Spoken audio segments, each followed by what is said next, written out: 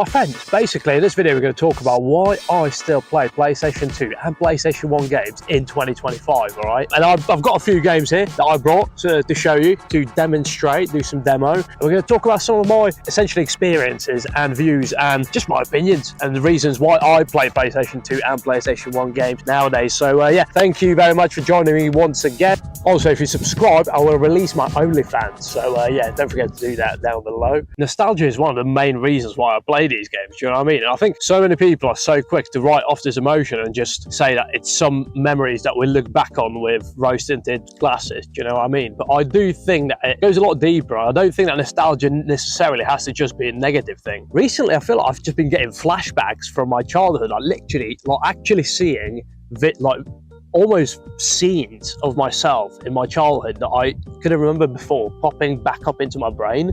Is this something you've ever experienced? Let me know in the comment section below. I am perplexed. It's nothing. This is the first, last, maybe 3 months? This has been happening, last 4 months. This is like the first time in my life I've experienced something like this, and it's actually pretty good. Do you know what I mean?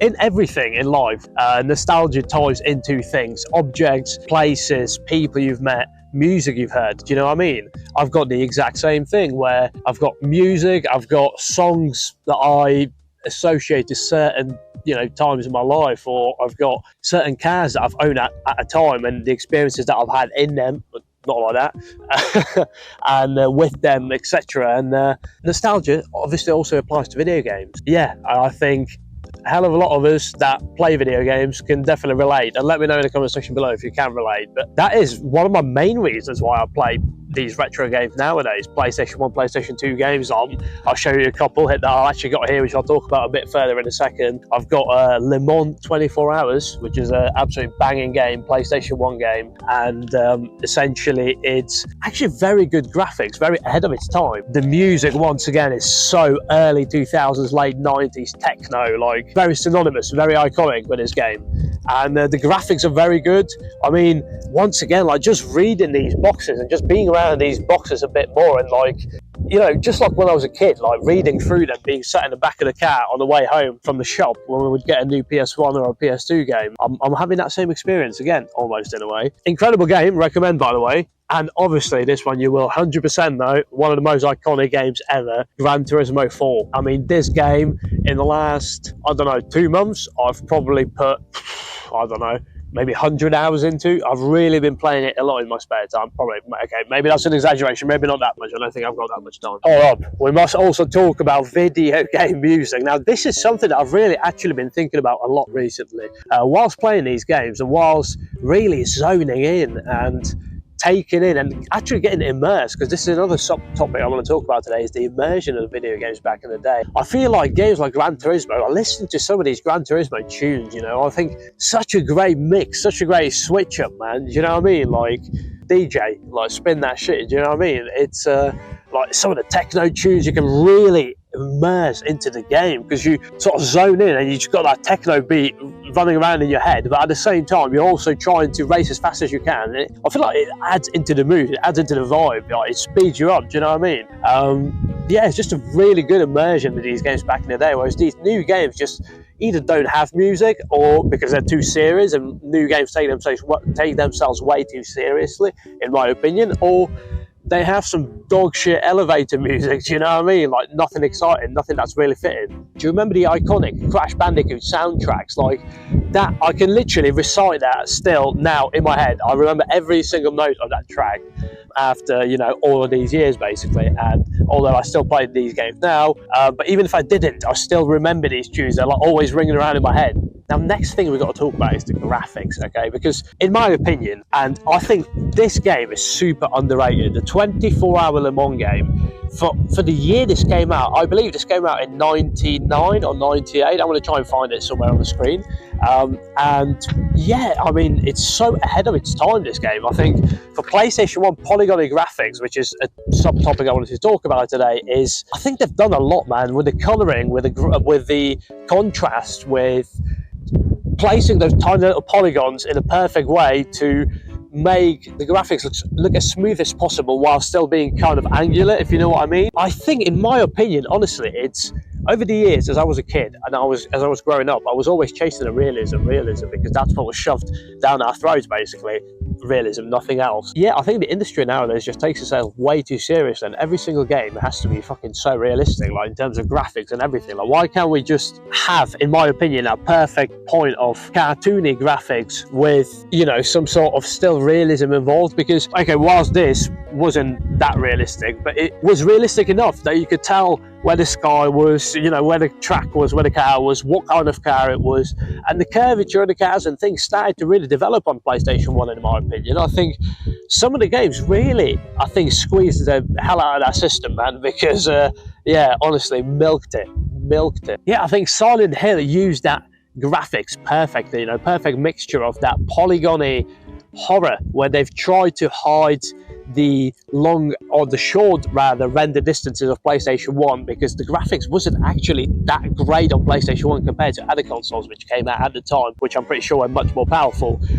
They used that sort of fog that like added that to that mystical mystique of the atmosphere, do you know what I mean, with Silent Hill 1, and I think it's perfectly fitting. And nowadays, because of these systems being so powerful and because of the optimization of the games being so great, the authors of the games don't have to try so hard to use the environments in these games to their advantage to perform well in the system as much as they used to back in the day. So we don't have these new technological advancements happen as quick as they used to back in the day, because of all these systems being so powerful and all of these games being so well optimized, if you get what I mean. And developers, I think, have got very lazy because they hide everything behind realism and amazing graphics, and these games are so incomplete, so like broken, fucking like trash, you know what I mean, like compared to games back in the day, because all they had was a CD, it was a disc, okay, and if you bought the disc, that was their final finished polished product, because they couldn't update it. There was no live service updates like they've got now, where you buy the game that's fucking broken, insert million broken games that came out in the last 10 years basically, and then you're disappointed because the game's broken, but then they fix it 6 months later, but you don't care 6 months later anymore because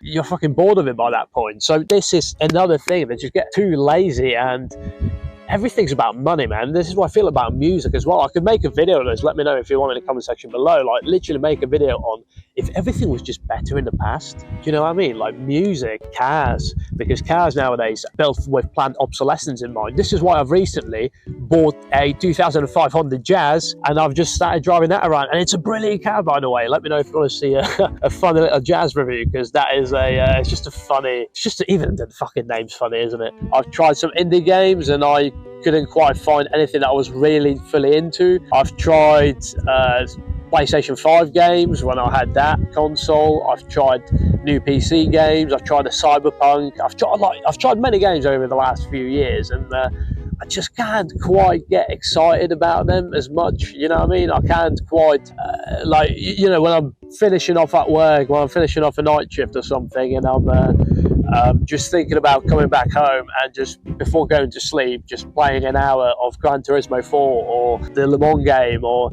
TOCA touring cars or Crash or something like that. I just don't have that same enthusiasm for these new games. Do you know what I mean? Like, I never fucking look forward to them. Like, they're all just bland. It's all just grind. It's all just too competitive, too serious. It's all just too many DLCs, too many packages, just too overwhelming with all that bullshit, and it's too expensive. Like, all these new games are so expensive. Like this whole new Nintendo bullshit with £80 game prices or whatever. Back in the day when I was younger, still a kid, you know, because even as a kid you can get nostalgia for your younger days, you know. And I still remember that, of sometimes as a kid not knowing what that feeling and emotion is. I was just so confused. I liked it, or at least I thought I liked it.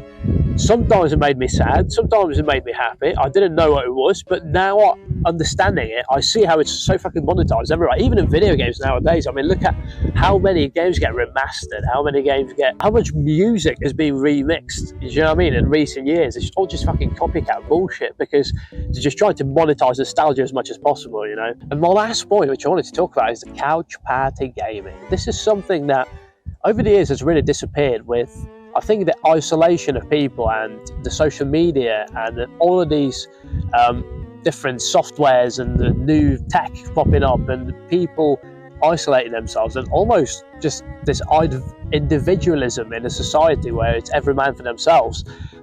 Everyone's spending time inside, indoors, and I think this online gaming has taken over, and it was great at first, but now I don't even like online gaming anymore. I'm just bored of it. It's all just try-harding. It's all just amazing graphics, you know, always chasing new graphics card systems, new games, all of this sort of stuff. And I just like the slow pace of gaming industry back in the day, you know. I kind of missed that, where everyone for a while was just making platformers, you know, and different variations of platformers, like the Crash Nitro Kart variation of Crash Bandicoot games, or the Crash Bash, which was the party version of like the Mario Party, or, you know, Super Mario or Mario Kart, like all of these different variations, Sonic Cars or whatever it was called, you know, very different cartoon characters or different iconic protagonists in these video games. Okay, really have that anymore either, do we? Like, I kind of feel like every game is kind of bland and is forgotten about very quickly, and I think it goes hand in hand with this disposable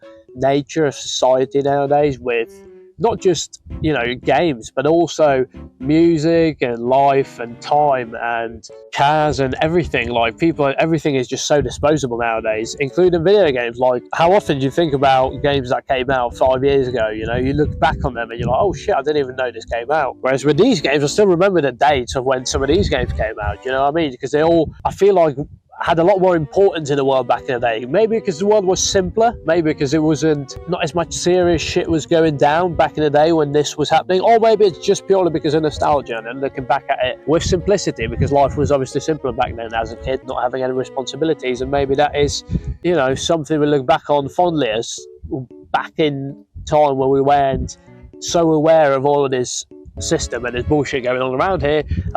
We were a lot more naive, and we enjoyed that naivety. Split screen in video games as well, do you know what I mean? I think that is another lost art in video games, which we've lost over the years. I think especially this game had a particularly good split screen in this game. I think they've really made a good use of the size of the screen and the graphics of the game, and I think it was the perfect iteration and perfect involvement of split screen. Let me know what you think in the comment section below. Sorry about that microphone, by the way, I just hit you. Yeah, I think we kind of lost that social aspect of gaming for that reason, because we don't spend so much time together anymore, visiting each other's houses, etc. Especially with my generation, Gen Z. Okay, I think we are very isolationist. Okay, and I think we do isolate ourselves from society, because I think we just sometimes give up, you know what I mean, because we realise how rigged the system is and how rigged against us it is. So let me know your thoughts in the comment section below. Do you still play these retro video games? Do you still own a retro console like PlayStation 1 or PlayStation 2, and do you still play these old retro games?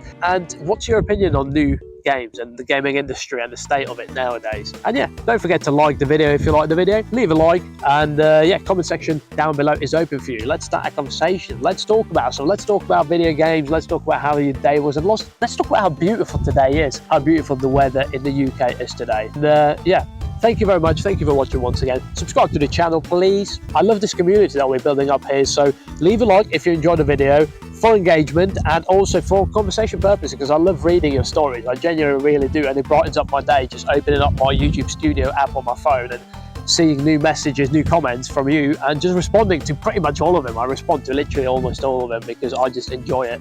I enjoy this community that we've built up here, so don't forget to subscribe to the channel, join our community, and yeah, I will see you guys in the next one.